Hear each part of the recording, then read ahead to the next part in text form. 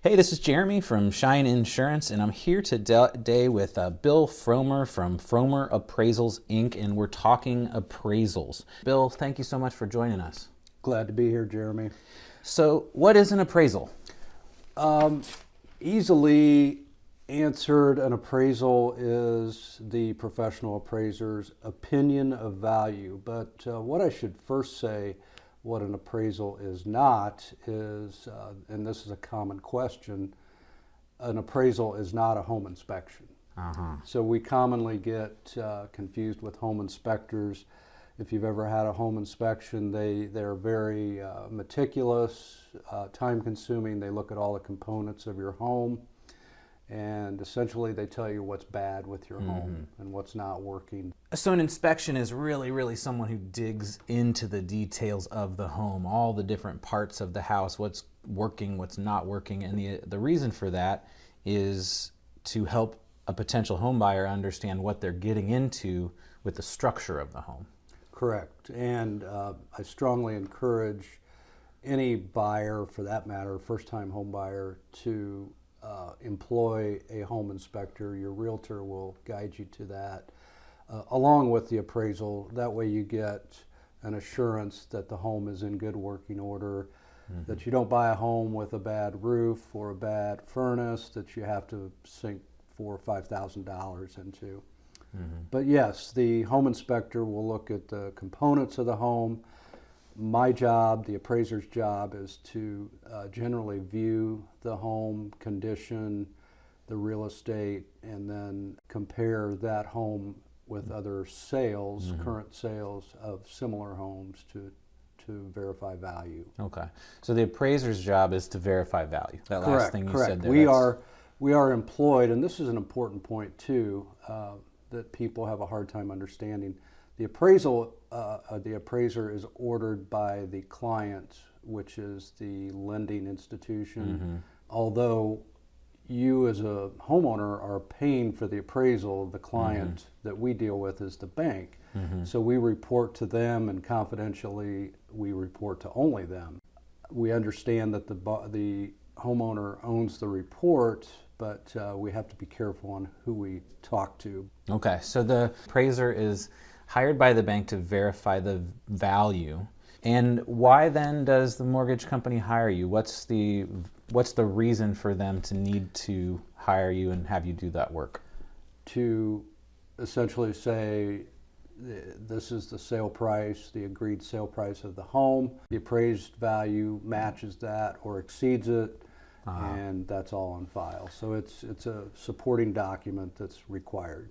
So then how do you come to a final number? What are some of the things that go into making an appraisal on a home? There are two main components to a residential appraisal. It's the number one is what we call a sales comparison, or the market approach, which is heavily weighted.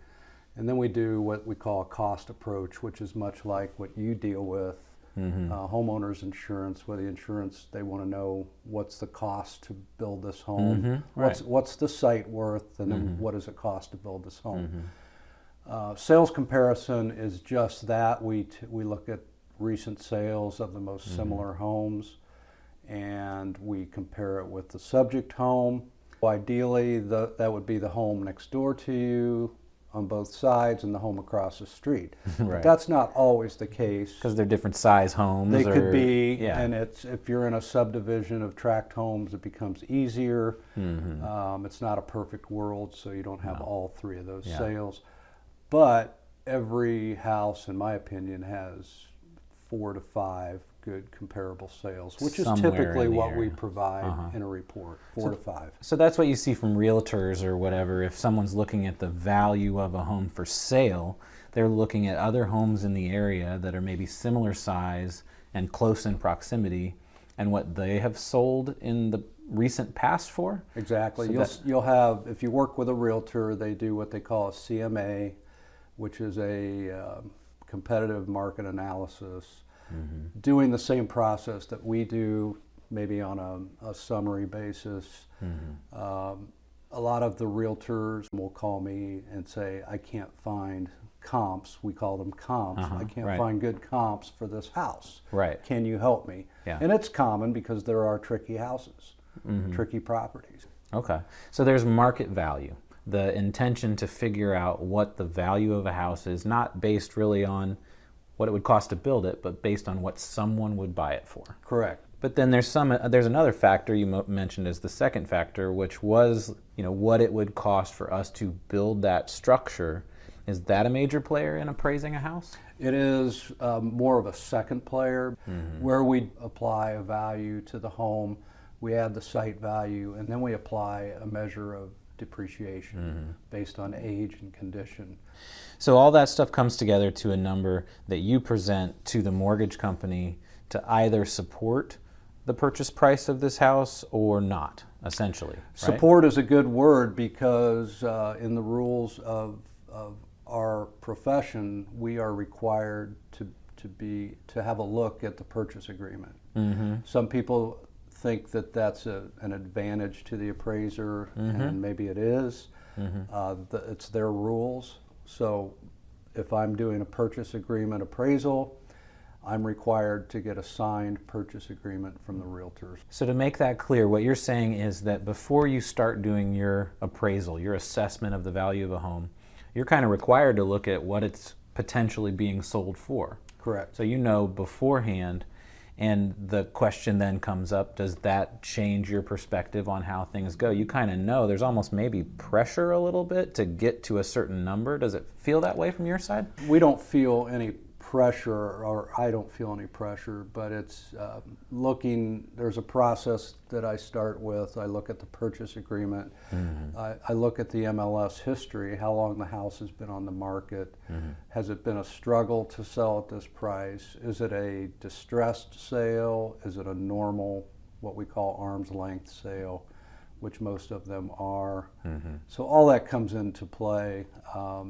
There should not be any pressure, as you say, to hit that price. So if I'm a new home buyer, when it comes to appraisals, do I hire the appraiser? If you're going through a mortgage lender, no. Okay. Your lender will hire. Do I have to schedule the appraiser coming out and taking a look at the house I'm considering buying? If it's listed on the MLS, we contact the listing agent. Sometimes on a for sale by owner where individuals are not using a realtor, they'll give us a contact, and typically that's the person that's selling the house, who's living in the house. Yeah. Do I have to be present at the appraisal? You do not have to be. In my opinion, you're more than welcome to be. Okay, cool. And when do I pay you? When does the money transfer hands? Yeah, since the appraisal on a purchase situation is ordered by the mortgage lender, it's the client, they pay the appraiser, and it comes out of your fees in the final closing. So when you're looking at your closing statement that has all those different line items, one of those will be the cost of the appraiser as a part of the process. It's clearly defined as that. Okay, cool. If someone wants to get connected with you, Bill, how do they do that?